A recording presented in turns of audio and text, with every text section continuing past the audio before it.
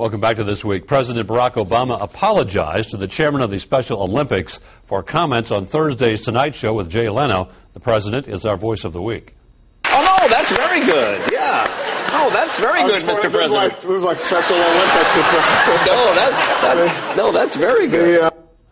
The Special Olympics chairman said the president apologized before the segment aired and wants to have some Special Olympians come to the White House to bowl and play basketball.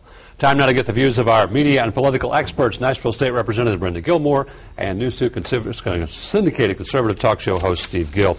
I guess before we get into the merits of actually going on the Tonight Show, let's talk about the gaffe. Is it a big deal? Republicans are saying had George Bush made the gaffe, he'd be criticized left and right, so that it's fair game he made the gaffe. Let's talk about what he said. We know he didn't mean it the way it came out, but he did say it. Yeah. It's really unfortunate that he made that statement, and I am sorry that he made it.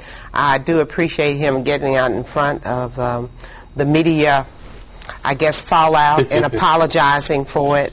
And most of all, it's unfortunate that it takes away from what he was trying to say.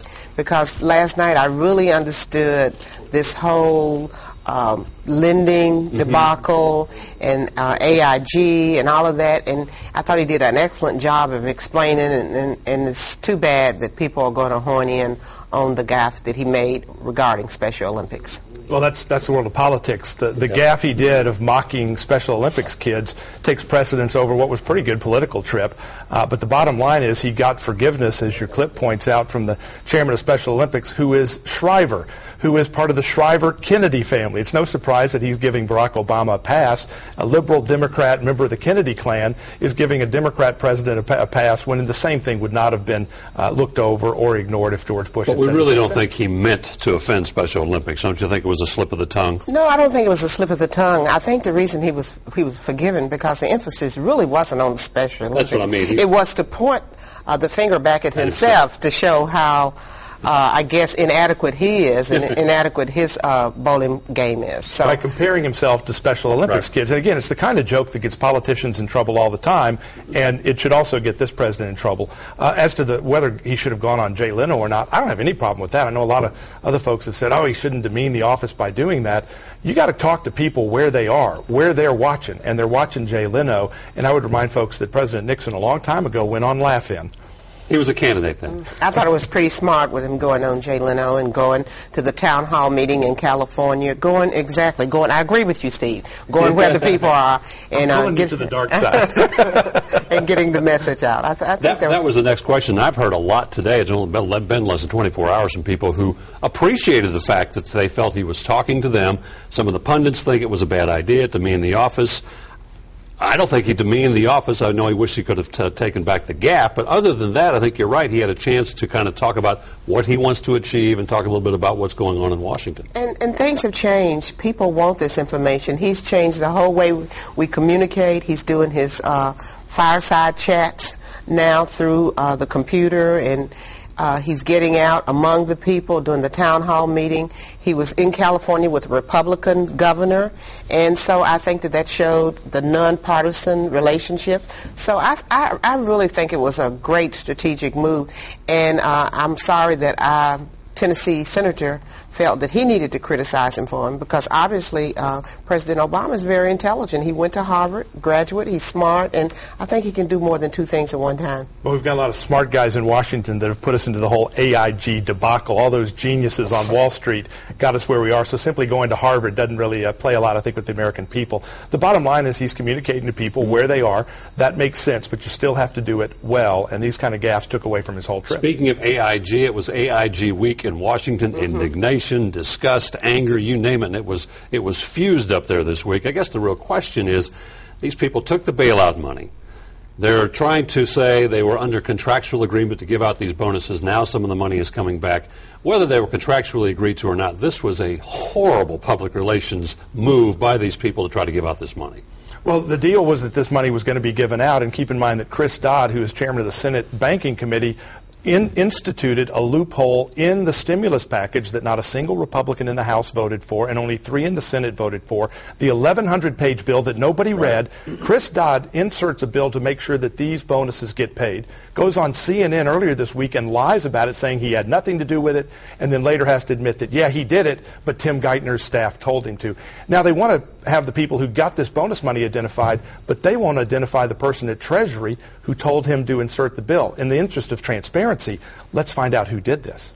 You know, it didn't happen during President Obama's watch, but I don't think it's important when it happened. I think the important thing is that it was very poor judgment on the part of AIG. And I think most Americans are saying, what are these guys thinking about? It shows the arrogance that they would pay themselves $165 million in bonuses when unemployment is approaching double digits around the country. So it's just really a sad day. And I hope that the tax situation that the House and that's moving through the House and the Senate will stand up in court, and that they will have to pay that money back. The people are angry out there about this, but it's almost like shutting the barn door if the horse is already out, really getting this money back, even though some of these people apparently are going to voluntarily give it back. Really probably not going to happen. All that money's not coming back. And I don't think this 90% taxation targeted at specific individuals should pass constitutional muster, nor do I think it will. I think this is a dangerous precedent to say, we don't like what you did. We're going to take 90% of what you're getting after the fact, passing a law after the deal is done. They had every opportunity to stop this on the front end. They could have stopped us at the time of the stimulus package rather than approving it, and they chose not to. And I don't know if the $165 million is that big an issue with the people. I think the American people are outraged because you have people making $10 an hour or less, just struggling every day, and then the arrogance of these men to take $160 million. Bonuses. Yes, when people are struggling. And I think the other sad commentation about this the whole issue is that it was just very poor timing. It was just very insensitive on their part. The fact that we've given them taxpayers' money and then that they would abuse it at this time. But this is just the tip of the iceberg of this abused money. You know, the bailout money for the automakers, part of that has gone to Brazil, $1 billion to Brazil to create jobs there. That shouldn't have been part of the deal. We've also got Fannie Mae and Freddie Mac paying out bonuses. Citibank may be paying out bonuses. I think what's frustrating everybody, and should, and I think we'll agree on this, is that nobody knows what's in this stuff. Yep. We're throwing money around with blank checks, whether it's pork barrel spending, whether it's the stimulus money, whether it's this bailout money. Nobody in Washington seems to know where this money's going, and nobody wants to be honest about how they're doing it. I think we've got to do a better job of monitoring. No doubt about that. On Monday, the governor will present his budget. This is going to be a budget that is indicative of what the current economic situation is, which is not very good. What do you expect to hear from the governor? From the governor, I certainly want to hear that K through 12 is going to be protected, that we're going to do everything we can to make sure that we protect those educational funds. We've got to do something about the very high dropout in Tennessee. I hope that what I hear has to do with job creation.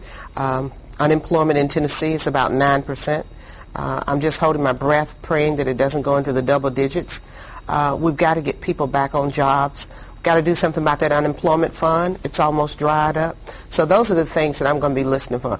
Hopefully that, he can come and tell us and self-assure the Tennesseans and restore faith and hope, and we won't see the frightened look on people that you see and the disgusted and the hopeless look that we see on faces now, but they will feel like that there is some hope.